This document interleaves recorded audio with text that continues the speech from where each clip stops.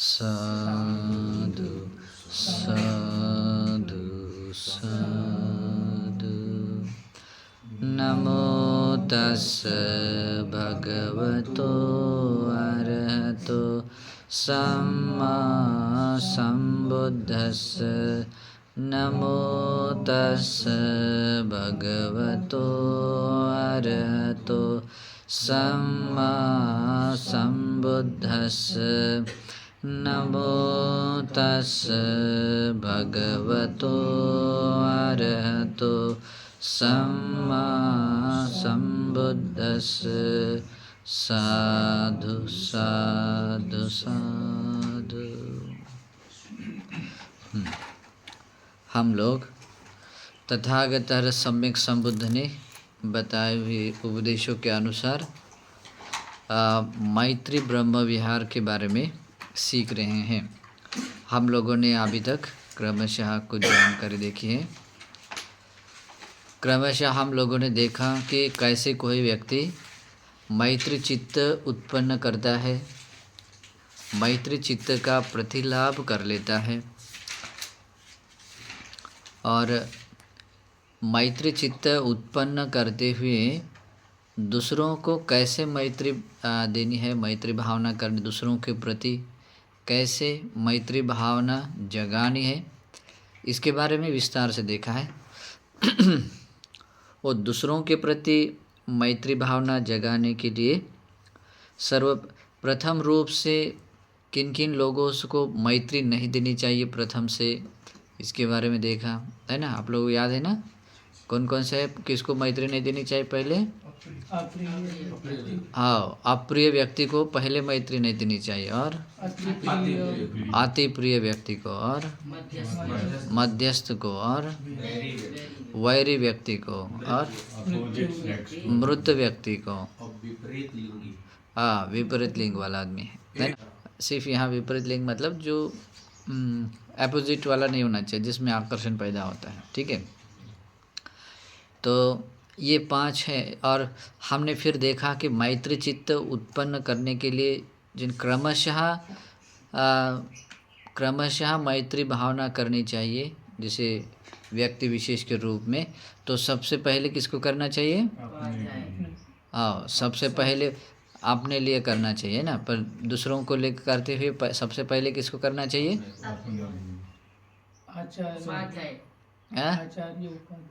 आचार्य के बारे, आचार्य के प्रति। मैंने बोला कि आपने करे मैत्री चित्त अपने बारे में होने के बाद दूसरों के प्रति जब मैत्री भावना करनी है तो सबसे पहले किसको करनी है?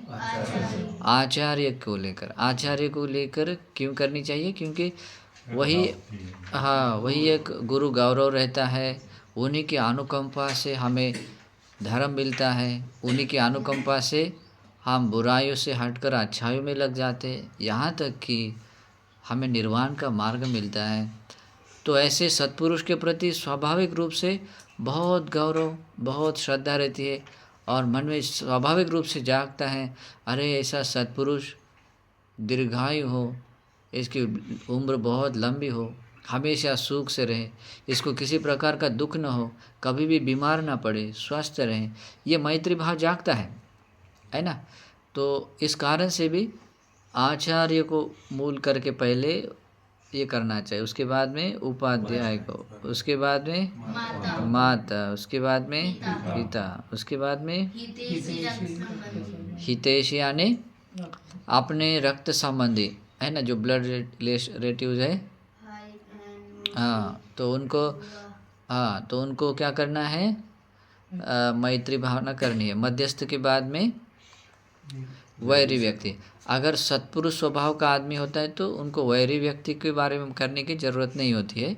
मध्यस्थ तक करने से ही उतनी क्षमता आ जाती है जिससे कि मैत्री का जो आलंबन होता है, मैत्री का क्या कहते हैं, जो कर्मस्थान होता है वो उसको मिलता है, जो उसकी समापत्ति पाने के लिए कारण बनते हैं। देखिए, इन स्टेप से क्यों करना है, मैंने पहले भी कहा था कि अगर दूसरों के प्रति मैत्री उत्पन्न होने से पहले अपने बारे में करनी चाहिए। ओके, वो क्यों करना चाहिए? क्योंकि सबसे प्रिय संसार में हम ही होते हैं। ओके, दुनिया में सबसे प्रिय अपने को हम ही होते, इसलिए सबसे पहले अपने बारे में करना चाहिए। और जैसे कि हम अपने को प्रिय देखते हैं, वैसा ही प्रिय अगर दूसरों को भी देखना आना आता है तो वो मैत्री भाव होता है ना। जैसे माता अपने पुत्र को देखती है तो वैसे मैत्री भावना दूसरों को देखने के बाद भी आना चाहिए। प्रियजनों को देखने के बाद जैसे मैत्री जागती है वैसी। ओके, तो इस प्रकार से स्टेप बाय स्टेप करते हुए मध्यस्थ तक सत्पुरुष लोग करते हैं। और जिनके वैरी लोग होते हैं, कोई भी वैरी क्यों ना हो, है ना, बचपन से लेकर आज तक क्यों ना हो या भिक्षु बनने के बाद भी वैरी व्यक्ति रहता है तो वैरी व्यक्ति को भी मैत्री भावना करनी चाहिए।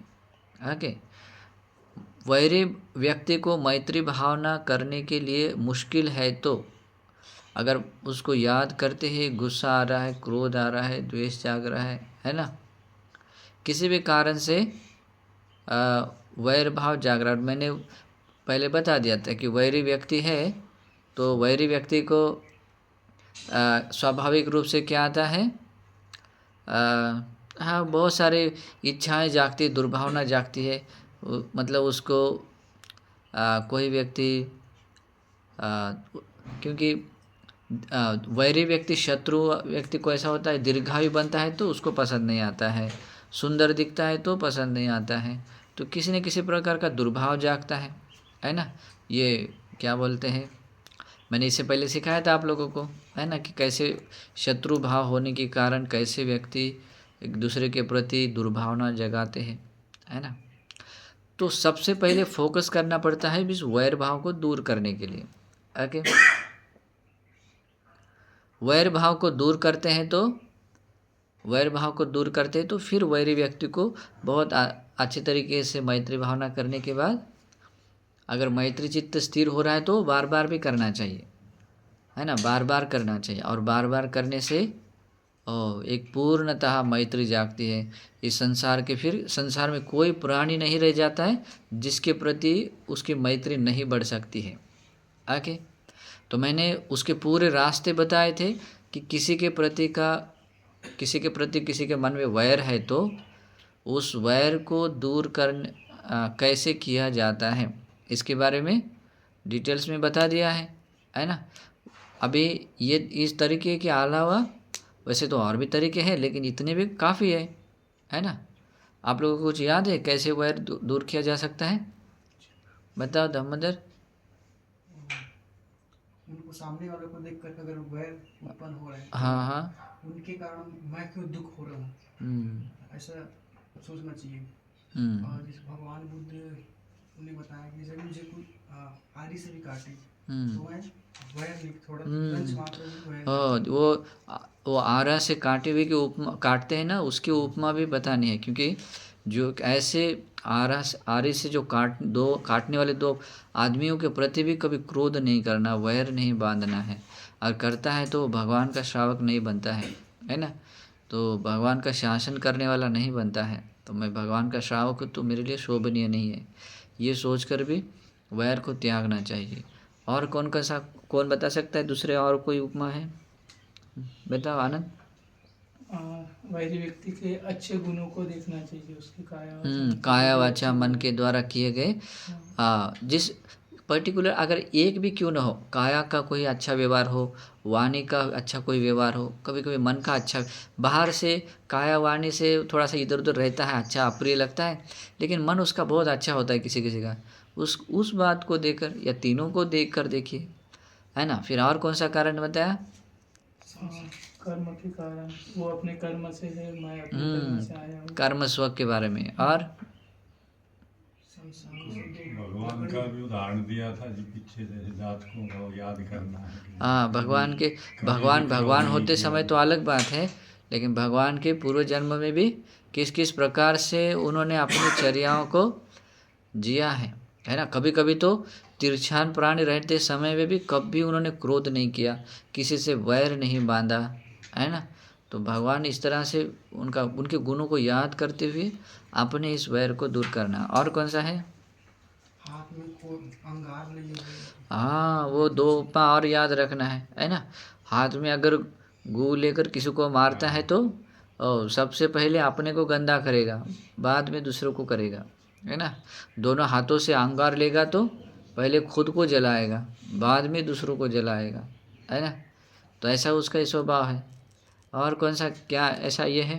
और अगर कोई व्यक्ति वैर कर रहा है और हम भी वैर कर रहे हैं तो हमारा मतलब ज़्यादा वो होता है अकुशल।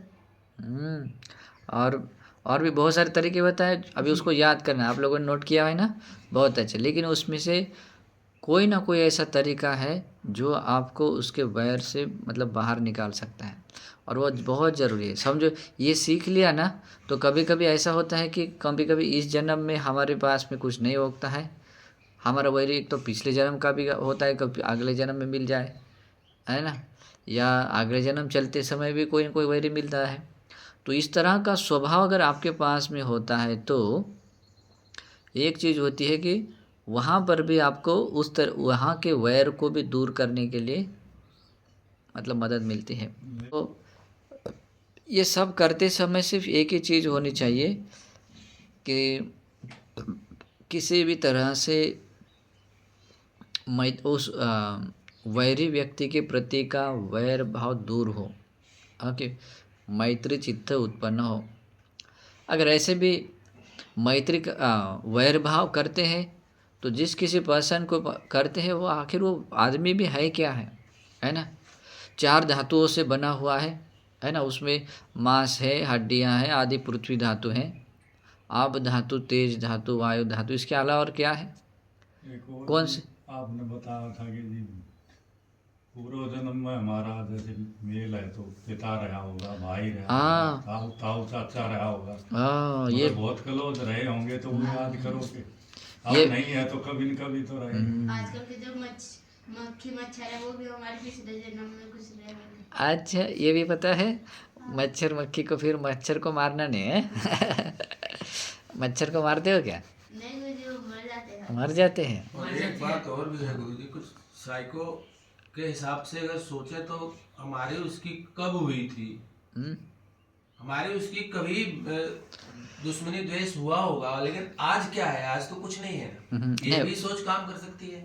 वो भी है, लेकिन कैसा है कि संसार में जनरली संसार में संसरण करते समय ऐसा कोई जन्म नहीं है, या ऐसा कोई मतलब ऐसा कोई सत्व नहीं है कि किसी न किसी जन्म में कोई किसी न किसी रिलेटेड नहीं बना हो, है ना। तो इस कारण से भी वैर नहीं करना है, किसी न किसी भाव को जगाना है।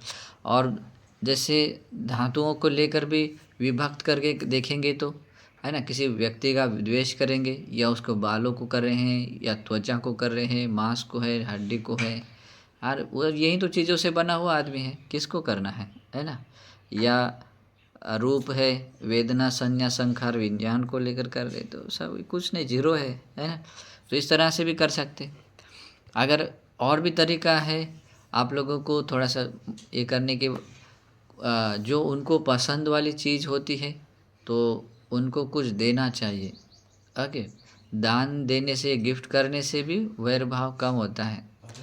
प्रिय वाणी से बोलने से भी वैर भाव दूर होता है, ओके। समानता का व्यवहार करने से और अर्थचर्या, उसके भलाई का कुछ कारण बनने से भी वैर भाव दूर होता है, ठीक है। वेरी गिफ्ट ले लेगा जो नहीं लेगा फिर भी उसको जो पसंददार है, किसी ऐसा मौका मिल जाता है तो कुछ ना कुछ देने से, हाँ, उल्टा ऊपर ही फेंक देगा हाँ? ये तो मतलब नहीं, गूगल पे कर दिया जाएगा बड़ा कठिन है। नहीं और किसी, उसमें रेफरेंस दे दिया जाएगा कि भाई इसके लिए मैंने दिया। हाँ, नहीं किसी भी तरह का हो, अगर समझो कोई ऐसा मौका मिलता है तो किसी न किसी प्रकार कुछ देते हैं तो वो देने से भी भगवान कहते हैं कभी वैर भाव कम हो जाता है, दूर हो जाता है। इसलिए कभी भी कोई व्यक्ति कुछ ऑफर करता है समझो तो एकदम से मना नहीं करना चाहिए, ठीक है। एक बार एक बताता हूँ घटना। बोधिसत्व से दो बोधिसत्व बिजनेसमैन रहते हैं, दूसरा एक आदमी बिजनेसमैन रहता है। वो अपनी पूरी प्रॉपर्टी सब कुछ मतलब हार देता है, ख़त्म हो जाती है उसकी। फिर एकदम कंगाल होकर उनके बोधिसत्व के पास आता है। तो बोधिसत्व उस पर दया करके अपनी आधी प्रॉपर्टी उसको देता है। बाद में क्या होता है, कुछ इवेंट्स ऐसे हो जाते हैं कि लोगों ने कर्जा लेकर लूट कर थोड़ा सा बोधिसत्व का धन भी ख़त्म हो जाता है वो लौट कर देना देने से। और बाद में जब बोधिसत्व उसके पास जाते हैं तो उसके पास जाने के बाद में बोधिसत्व को वो थोड़ा सा भी वैल्यू नहीं देता, वो फिर से धनवान बन जाता है, करोड़पति आदमी। लेकिन बोधिसत्व को थोड़ी भी वैल्यू नहीं देता है ओके। लेकिन ये घर इधर आने के बाद उनको अच्छे कपड़े देना, खाना और आदि प्रॉपर्टी सब देता है। और उधर जाने के बाद उनको अब ये दोनों ही बच जाते हैं, बीवी और बोधिसत्व। तो बोधिसत्व को क्या करते हैं, वो सिचुएशन सब बता देते हैं। ऐसा कहने के बाद वो सिर्फ एक वक्त का एक नाली भात चावल देता है, इतना सा एक छोटा सा, कि ये पका कर खा जाओ और इधर मुंह दोबारा मुंह नहीं दिखाना जाओ करके, ठीक है। तो बोधिसत्व अभी इतना देने के बाद में वो सबको जो करोड़ों का प्रॉपर्टी हो बोधिसत्व के अनुकंपा से उसको मिला, दिए पहले उन्होंने दिया था 18 करोड़ कुछ तो भी, और उसकी वजह से उसका बहुत संपत्ति बनाया। लेकिन लेकिन अभी वो इतना सा चावल एक वक्त का दे रहा है। तो बोधिसत्व वहाँ सोचते हैं कि जो दिया है अगर नहीं लूँगा तो ये अच्छा नहीं है ओके। मतलब सत्पुरुष स्वभाव में जैसे अमंगल है बोलते हैं, ठीक है। तो इसलिए वो ले लेता है ना, लेकिन उसके लेने की इच्छा नहीं होती, मतलब लेकिन सत्पुरुष धर्म को याद करते हुए लेते हैं ओके। तो वहाँ पर एक ही बात होती है, सत्पुरुष लोग अगर अपने भीतर की बैर गांठ नहीं बांधते हैं तो लेन देन को लेकर भी मतलब इस तरीके से वो गांठ खोल देते हैं, बांधते नहीं है। अगर ऐसा होता है तो वो अमांगलिक होता है, मतलब जैसे कि वैर की गांठ बांधने जैसा होता है ओके। तो उस स्टोरी में भी वो आगे भी अलग अलग है, लेकिन बस मुझे वही बात बोलनी थी कि दान देने से भी, कोई बात शेयर करने से भी वैर भाव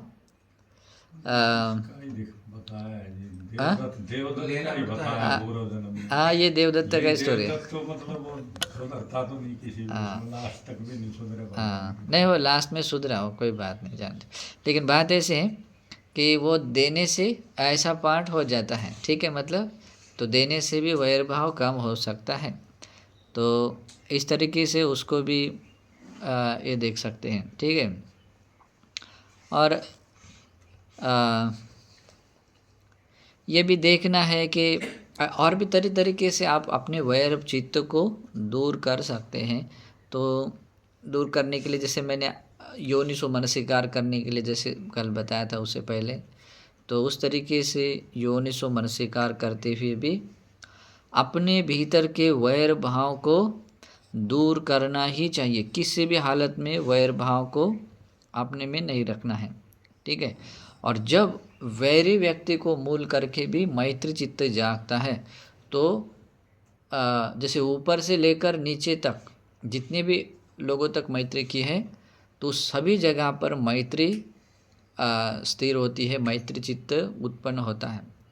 और ऐसा होने के बाद में वो व्यक्ति मैत्री का जो निमित्त है, आलम्बन है, टॉपिक है, वो पा लेता है, ठीक है। मैत्री का कर्मस्थान मतलब ध्यान समापत्ति पाने जैसा कर्मस्थान वो पा लेता है। नहीं तो किसी के भी प्रति वैर भाव या छोटा सा भी क्रोध गुस्सा ऐसा रखता है तो उसको मैत्री भावना नहीं ठहरती है। किसी भी उपाय से उसको दूर कर लेना। और जब ऐसा होता है तब वो अर्पणा निमित्त, मतलब जैसे कि समाधि के लिए जो उपयुक्त कर्मस्थान होता है मैत्री का, तो वो मिल जाता है। तो जब पहले जो हमने अपने से शुरू करते हुए जो हम लोग मैत्री भावना कर रहे थे, है ना, स्वयं को फिर आचार्य आदि, तो ये क्या है, मैत्री निमित्त को, कर्मस्थान को ग्रहण करने के लिए जो अभ्यास किया जा रहा था उसको कहते हैं उग्गह निमित्त। उसको क्या कहते हैं? मतलब कर्मस्थान यानी कि ध्यान का कर्मस्थान पाने के लिए, कर्मस्थान पाने के लिए किया गया अभ्यास,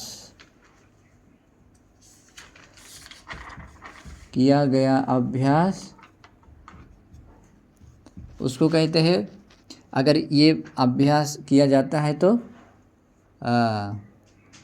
यह अभ्यास हम पूरा कर ले तो ये उग्गह निमित्त मिल जाता है।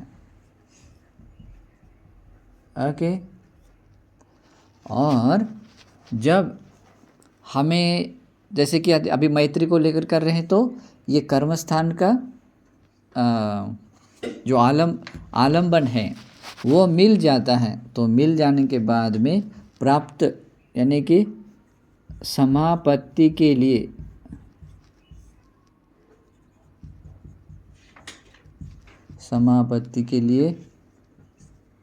प्राप्त जो निमित्त होता है, आलम्बन होता है, प्राप्त आलम्बन होता है, तो उसको क्या कहते हैं? आलम्बन मिलता है तो ये अर्पणा निमित्त है। ये भी एक समाधि का एक पहला चरण है, दूसरा चरण है अर्पण निमित्त या समाधि। ओके। तो जिस समय में आप लोगों को मैत्री का प्रतिलाभ होता है ना, मैत्री का प्रतिलाभ होता है, तो एक चीज़ हो जाती है कि आप क्या करते हैं, मैत्री सहगत ध्यान को आप प्राप्त कर सकते हैं। तो इसको ध्यान को पाने के लिए आपके पास में ये आते हैं, उसमें आता है, ये देखो, ये इससे क्या होता है, उग्गह निमित्त ग्रहण करते समय वितर्क आता है, वितर्क उत्पन्न होता है। पहले अपने आसेवन किया, मैत्री का आसेवन, ठीक है। फिर इसका अभ्यास करते समय अपने से लेकर वैरी व्यक्ति तक क्रमशः आप मैत्री भावना करते समय एक विचार में वो तब्दील होता है। ओके। वो समाधि निमित्त आपको मिल जाता है, अर्पणा समाधि प्राप्त होती है, तो वो विचार का एक अंग पूरा होता है। फिर उसके बाद में जो अकुशल होता है, जैसे कि मैत्री भावना करते करते जो आप लोगों के भीतर जो निवरण है, निवरणों में जैसे व्यापाद, द्वेष भाव, क्रोध, वैरी भाव आदि रहता है, तो यहाँ तक पूरा करते समय पूरा हट जाता है।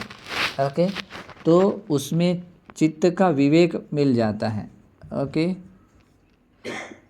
विवेक उसमें होता है, और इसी कारण से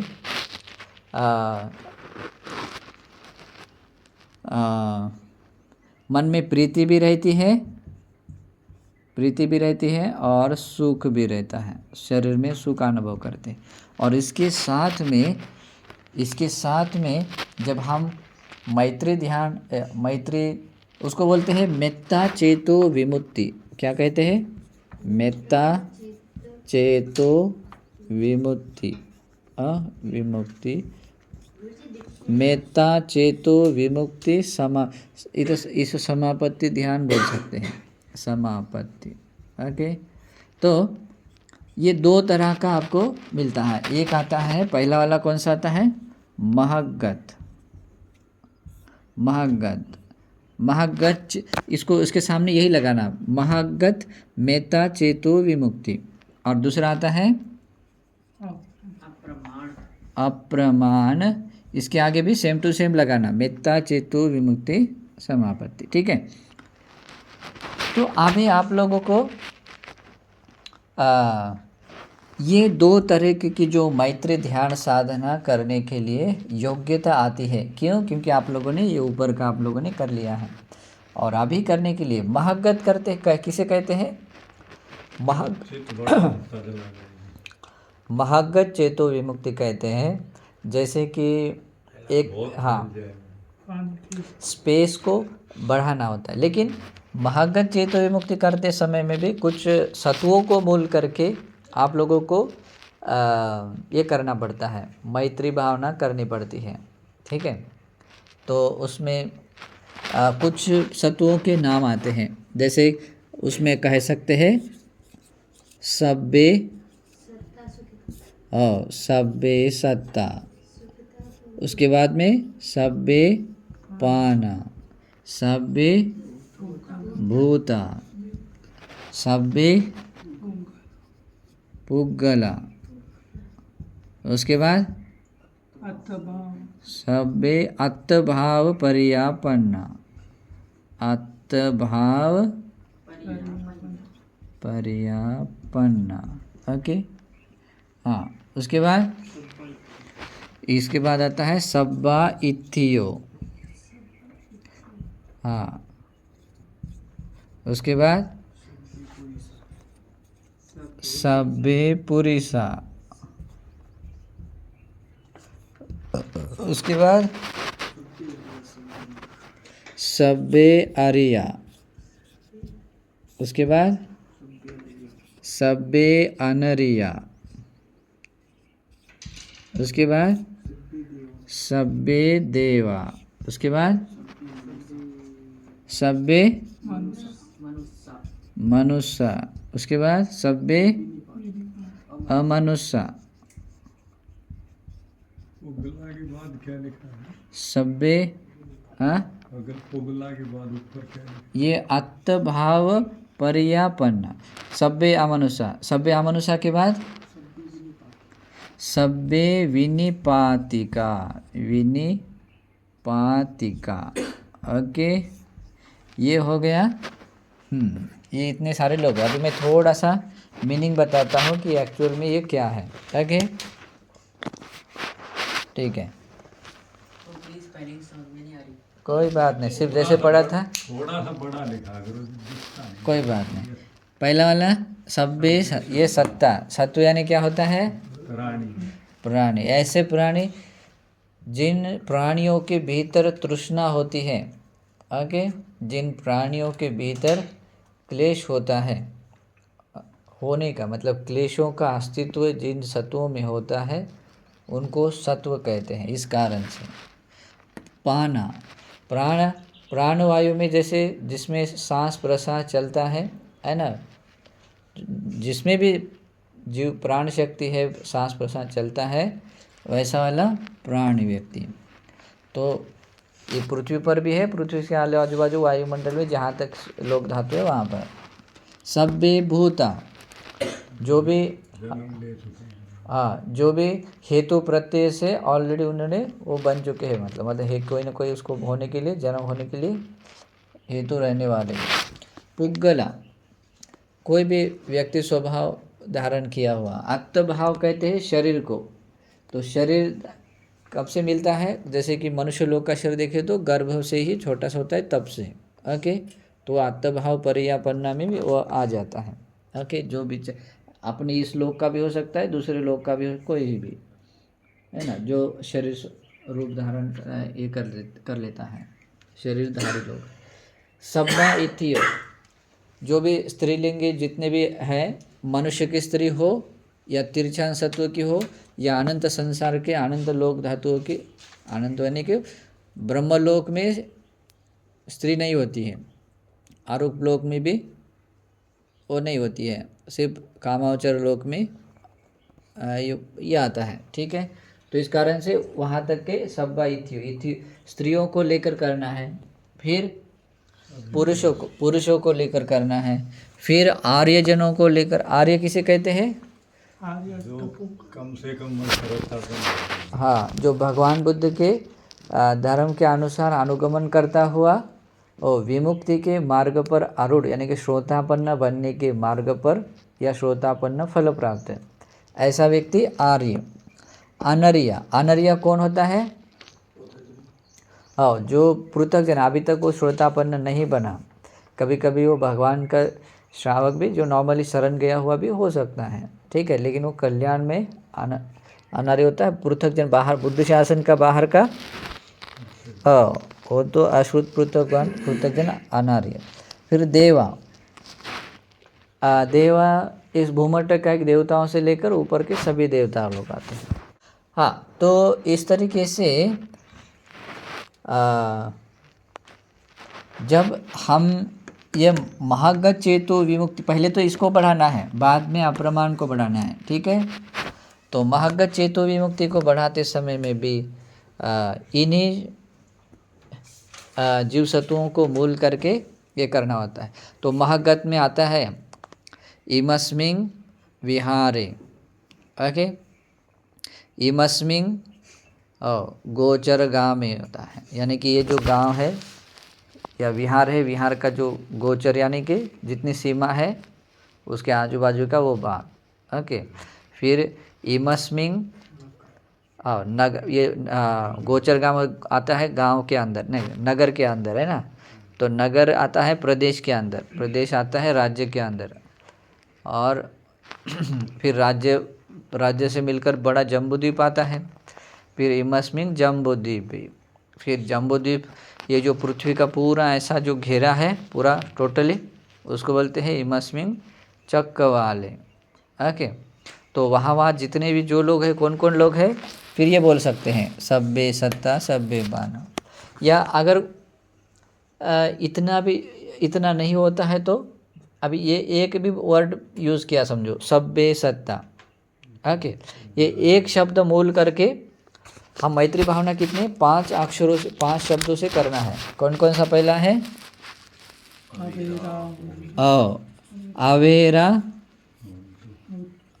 आवेरा होन्तु, ओके।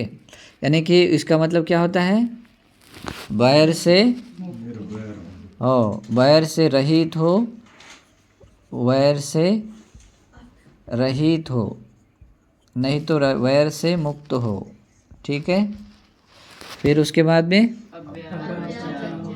अव्यापज्या होन्तु, इसका मतलब क्या होता है?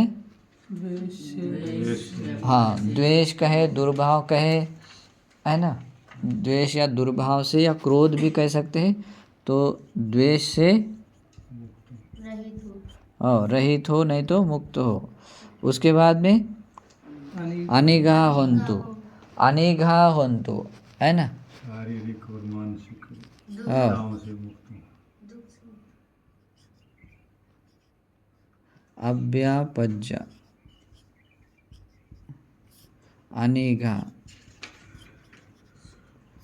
अनिघा होन्तु।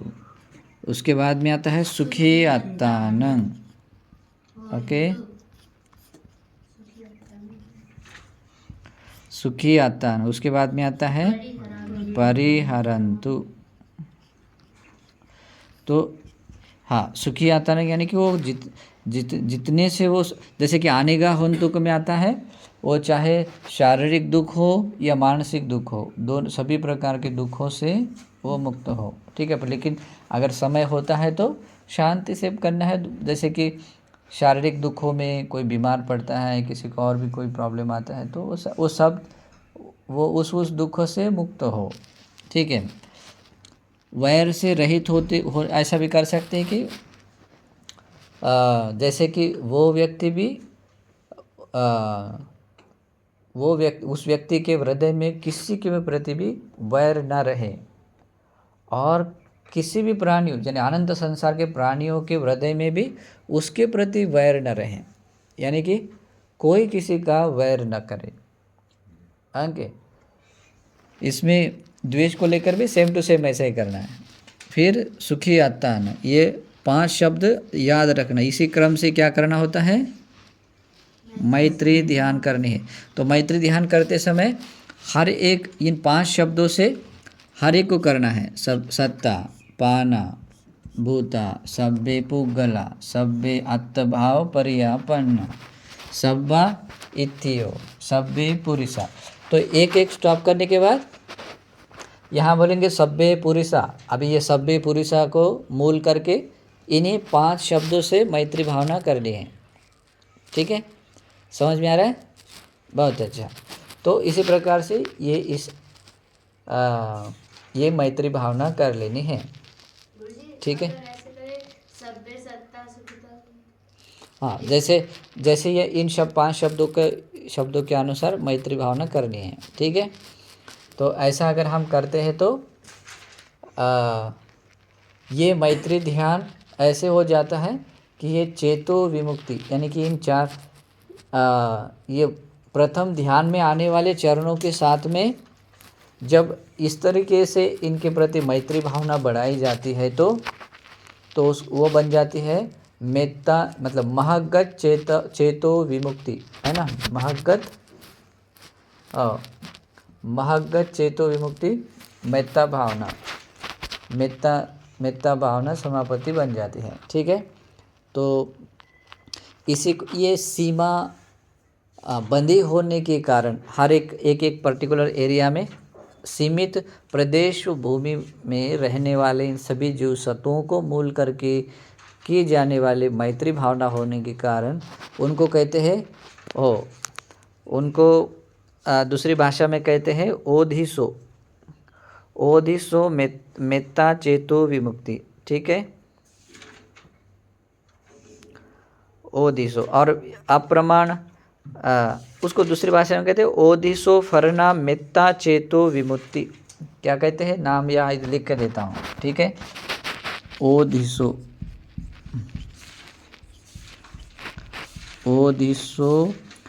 फरना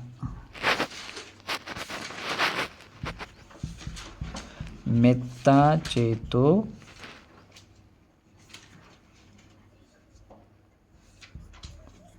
विमुक्ति। ओधिसो फरना मेत्तो चेतो, ये होती है महगत चेतो विमुक्ति का नाम है। और दूसरा ये अप्रमाण का आता है अनोदिसो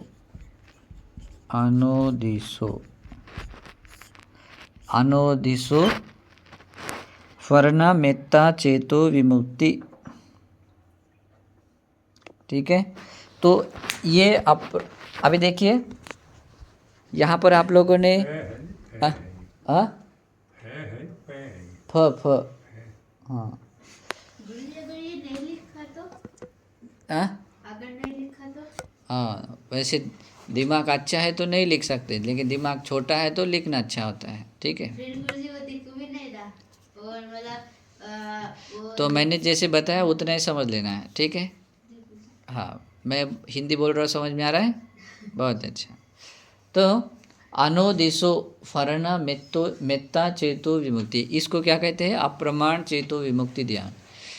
तो ये अप्रमाण चेतो विमुक्ति ध्यान करने के लिए क्या करना होता है, जो 10 दिशा है, दिशाओं में कहीं कोई सीमा बाउंड्री नहीं रखनी है। दिशा कौन कौन सी है, पूर्व है, पश्चिम, दक्षिण, उत्तर है, और हाँ, अनुदिशाओं के नाम आप लोगों को पता है? नहीं, वो अनुदिशाओं के नाम भी है उसके, बताओ कौन किसको पता है, बताएंगे सर? आग्नेय, हाँ, आग्नेय, नैऋत्य, वायव्य और ईशान। तो ये 4 दिशाओं के अनुदिशा है। और 2 दिशा कौन सी है, ऊपर नीचे। अभी ये कुल हो गए 10 दिशा। हाँ, इसमें कोई 11वीं दिशा नहीं है अभी। ठीक है, 4 प्रधान दिशा है, 4 उपदिशा, ऊपर और नीचे की दिशा। तो इन 10 दिशाओं में अप्रमाण रूप से, मतलब जितना दूर हो सकता है, कोई ये नहीं, ये पृथ्वी नहीं है, चक्रवाल नहीं है, यानी कि एक ब्रह्मांड नहीं है, 10 तो 1000 नहीं है, ऐसा कोई नहीं। तो इस अनंत ब्रह्मांड तक और वहाँ तक रहने वाले, फिर इन सभी प्राणियों को लेकर सब्बे सत्ता, इसमें रहने वाले सब्बे पानव, सब्बे आदि। ठीक है, तो जितने भी है सबके प्रति ऐसा कर सकते हैं। ठीक है, अगर ऐसा ये नहीं होता है तो मतलब जैसे कि उसमें डिवाइड भी कर सकते, ये जो मैंने नाम बताया है, अगर इतना, क्योंकि सब्बे सत्ता, सब्बे पाना एक स्वभाव एक जैसा दिखने के कारण आपको इसमें डिवाइड कर सकते हैं। जैसे सब्बे सत्ता, सब्बे पाना, सब्बे भूता, सब्बे पुग्गला, सब्बे आत्मभाव पर्यापन, इन शब्दों में आए हुए सभी प्राणियों को 10 दिशाओं में दसों दिशाओं में जब अनंत चित्त को फैलाते, मैत्री चित्त को फैलाते हुए मैत्री भावना करते हैं तो इनको ये कर सकते हैं। और सब्बा इत्यो सब्बा पुरुषो आदि इसको महगत चेतो विमुक्ति भी डाल सकते हैं, मतलब ऐसा डिवाइड करके भी कर सकते हैं। अगर ऐसा भी कर सकते हैं, अगर ऐसा दिशाओं को लेकर दोनों को भी कर सकते हैं। लेकिन अगर आपको टाइम कम है ऐसा लग रहा है, या जो भी है आपको लग रहा है इतने से भी अगर करते हैं तो उतने से भी दोनों भावनाएं परिपूर्ण होंगे। कौन कौन से? महगत चेतो विमुक्ति और अप्रमाण चेतो विमुक्ति। ओके। तो एक एक बात ऐसी करनी होती है मैत्री। अभी मैं कल बताऊंगा एक्चुअल में, नहीं कल मैं ये बताऊंगा कि ये सब मैत्री भावना करने से हमें क्या मिलता है, कैसे लाभ होते हैं। ओके। फिर उसके अगले दिन बताऊंगा मैत्री भावना भी स्टेप बाय स्टेप हमें कैसे करनी है। ठीक है। ओके। तो इस तरीके से कोई व्यक्ति महगत चेतो विमुक्ति से और अप्रमाण चेतो विमुक्ति से जो व्यक्ति ध्यान भावना कर लेता है तो समापत्ति को पा लेता है। क्योंकि समापत्ति को पाने के लिए उनके पास में ये चीज़ें रहती है, 5 चीज़ें उसके साथ में रहती है। ओके। उसके साथ में वो मैत्री ध्यान करने वाला होता है ना। वितर्क, विचार और विवेकजन्य प्रीति सुख रहता है। ओके। वो जो भी है जो आप मैत्री भावना कर रहे हैं उसके साथ में ये 5 चीज़ें रहती है। इस कारण से वो मेत्ता चेतो विमुक्ति ध्यान समापत्ति बन जाती है। ठीक है। समापत्ति पाने के लिए उसका आलंबन प्राप्त होना जरूरी होता है मैत्री का। और उसका होने के लिए वो जो मैंने उससे पहले जो व्यक्ति विशेष रूप में जो मैत्री भावना बताई थी वैसी करनी है, अपने से शुरू करके वैरी व्यक्ति तक। ओके। और ये जब तक नहीं होता है तब तक वो बार बार वही करना है। ओके। किसी किसी व्यक्ति को मैत्री भावना तुरंत ठहरती नहीं है तो जितना होता है उतना करते रहना है। ओके। अगर अपने पर ही ठीक से नहीं हो पा रही तो अपने ऊपर ही बार बार करनी है। ठीक है। आज पता लगा है जी मेरे उम्र पहले भी जो ये जब तक पढ़ी थी ना भगवान की कि वो 7 वर्ष तक उन्होंने लगातार ये मैत्री भावना की। और फिर वो बहुत लंबे कल्पों तक ब्रह्मलोकों में जन्म लिया। ये सृष्टि 7 बार उत्पन्न होकर नष्ट हुई थी, वो ब्रह्मलोक में ही रहे। आगे महाब्रह्मा के रूप में। और जब ये चक्रवाल उत्पन्न हुआ तो इसमें 7 बार महाब्रह्मा बने इस चक्रवाल के, और 36 बार देवेंद्र शक्र जी बने, और सैकड़ों बार चक्रवर्ती राजा बने। तो ये सिर्फ 7 वर्ष तक किए गए मैत्री भावना का फल था। ओके। बाकी मैत्री भावना के छोड़ी। तो ये इतनी गहराई है इसमें। ये ध्यान साधारण है क्या? नहीं। और इसमें मूर्ख आदमी या जो अनाड़ी आदमी है जिसको समझ में नहीं आता तो वो नहीं कर सकता। सत्पुरुषों का स्वभाव न धारण करने वाला और इसको न समझने वाला। ओके। इसीलिए आप लोगों को मैंने जिन स्टेप्स को बताया है हर एक स्टेप्स को बहुत अच्छी तरीके से समझ लेना है। ओके। जब ऐसा समझ पाओगे तब मैत्री ध्यान करने में सक्षम होगे। और इस तरीके से मैत्री ध्यान कोई व्यक्ति कर लेता है तो कम से कम वो 3 ब्रह्मलोक में उत्पन्न हो सकता है। अगर स्वाभाविक रीति से इसी मैत्री चित्त के साथ में अगर वो ध्यान मेत्ता चेतो विमुक्ति के साथ में इस ध्यान समापत्ति में अगर अपना देह छोड़ता है तो वो 3 ब्रह्मलोक में से किसी एक ब्रह्मलोक में उत्पन्न हो सकता है। ओके। तो ये साधारण है क्या? नहीं है। तो इसको समझ लेना है।